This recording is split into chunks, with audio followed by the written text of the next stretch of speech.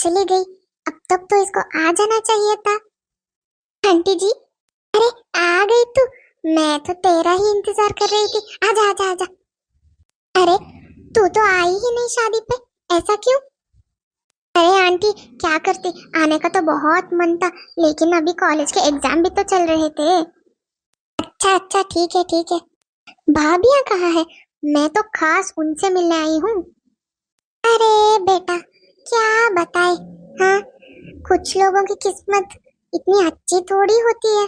कुछ लोगों की किस्मत में तो बहुओं के रूप में डायन भी तो होती है ना। कुछ नहीं बेटा, कुछ नहीं। अंदर चल ना, अंदर चल, थोड़ा सा चाय वाय पी ले। हाँ, मुझे ना भाभियों से मिलना है। भाभियों से मिलवाओ ना आंटी। अरे मिलवाती हूँ, अंदर तो चल, खुद अपनी आंखों से देख लेना कैसी है भाभियाँ। और हाँ, जाते जाते मुझे बता देना तुम्हारी भाभियाँ कैसी है और तुमको कैसी लगी। अरे बेटा, आराम से बैठ तो जा। हाँ आंटी। अरे कोई नहीं है क्या घर पे? मेरी सहेली की बेटी रूपाली आई है। कोई कोई चाय तो लेके आओ। सब मर गए इस घर में, आज ही सब एक साथ मर गए। कोई भी नहीं दिख रहा, एक मक्खी भी नहीं दिख रही है। अरे आंटी, क्या हुआ?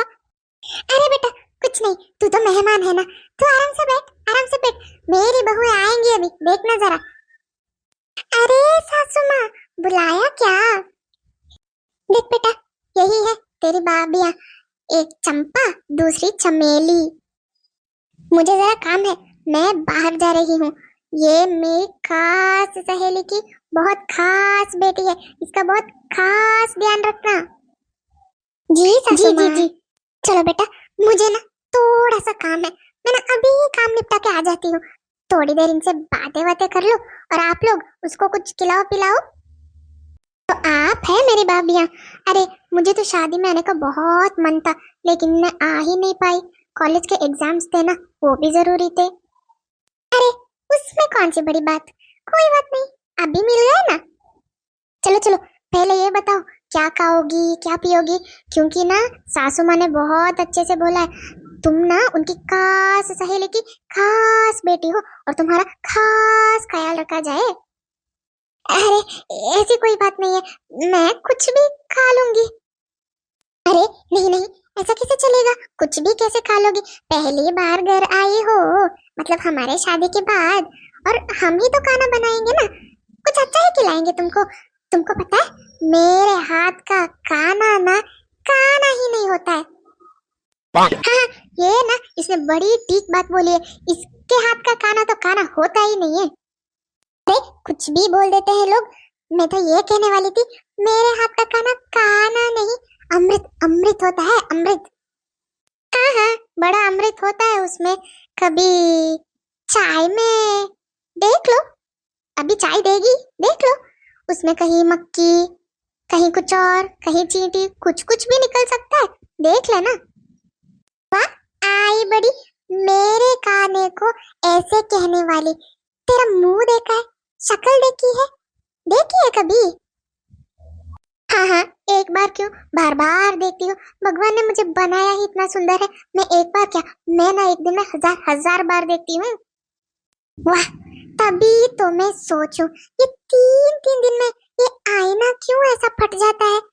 कभी कांच इधर, कभी कांच उधर, चूर चूर हो जाता है। वही तो, किसी का बड़ा ही बुरा साया पड़ता है उस पर, इसीलिए तो ये ऐसा टूटता है। वाह, बोली बोली, देखो बोली, भिखारन जोर जोर से बोली। अरे भाई, आजकल तो भिखारियों का जमाना चल रहा है। मांगते तो भीख है, लेकिन इनके नखरे तो बड़े रानियों वाले हैं। अरे मैं तो हूँ ही महारानी, मेरे माँ बाप ने मुझे जैसे पाला है, मैं ना बहुत बड़ी महारानी ही हूँ। अरे महारानी, महारानी रूपाली, तुमको यहाँ कोई महारानी नजर आ रही है? पता नहीं क्यों लोग न जाने जितना भी मेकअप शेकअप कुछ भी कर ले भाई, मुझे तो सभी भिखारन ही दिखते हैं। वही तो सही बात, भिखारियों को ही भिखारियों की पहचान होती है, वरना राजाओं को भिखारियों की पहचान कैसी होगी? मैंने तो इनके परिवार को कटोरा लेके घर घर घूमते हुए देखा है, वो भी भीख मांगने के लिए। वाह भाई, लोगों की बड़ी बड़ी बातें तो सुन लो। जब बिया कर घर आई थी, पता है साथ में क्या लाई थी? दो दो पटी हुई साड़ियां, दो पटी हुई साड़ियां। इसके अलावा तो इसके पास कुछ भी नहीं था, वो भी मुझसे ही मांग मांग के पहना है। भिखारन, भिखारन होगी तेरी माँ और सुअर होगा तेरा बाप। अरे तेरे परिवार के सभी लोग तो गधे के औलाद है और तू सबसे बड़ी वाली।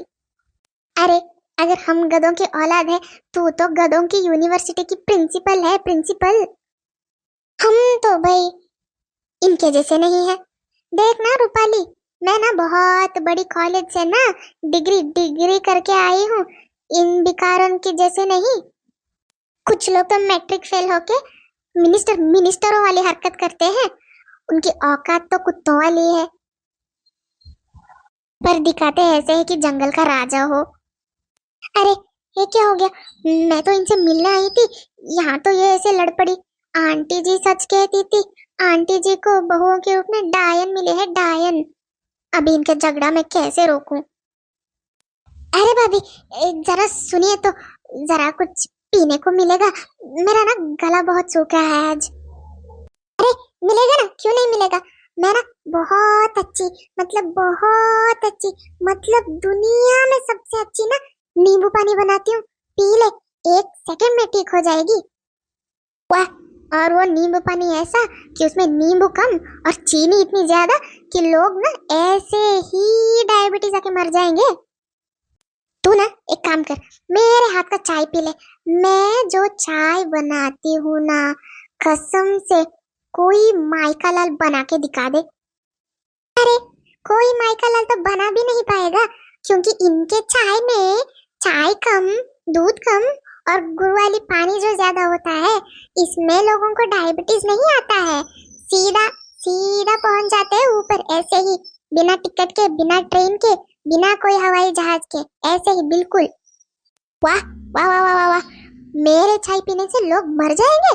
वाह, अभी देखना रूपाली, मैं कह रही हूँ तेरे से, कभी अभी ना थोड़े दिन में अगर खबर आ जाए कि हमारी सास चली गई, तो समझ लेना इसी औरत के हाथ का खाना खा खा के चल बसी वो तो। पता नहीं खाने में क्या क्या मिलाते हैं कुछ लोग। हाँ हाँ, इसलिए पता नहीं कौन सा जानवर है, पता नहीं कोई चूहा बिल्ली कुत्ता कौन सा है कमबख्त। सच्ची बता रही हूँ, सच्ची, उसका तो सत्यानाश हो जाए। पता नहीं जब भी मैं खाना सभी बना के सो जाती हूँ रात को, जो बचा हुआ खाना होता है, पता नहीं चुप चुप के कौन आके रात को खा के चला जाता है।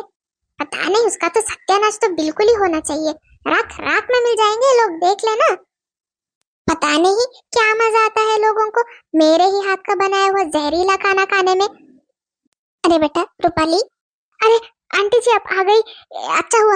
वो ना मैं निकलती हूँ अभी, मुझे ना बहुत काम है, वो मेरे कॉलेज के कुछ काम बाकी है, मुझे वो खत्म करने पड़ेंगे और मुझे वो अभी याद आया, बस मैं निकली। हाँ अरे ये क्या, ये बेचारी तो ऐसी भाग गई जैसे कोई भूत देख लिया हो।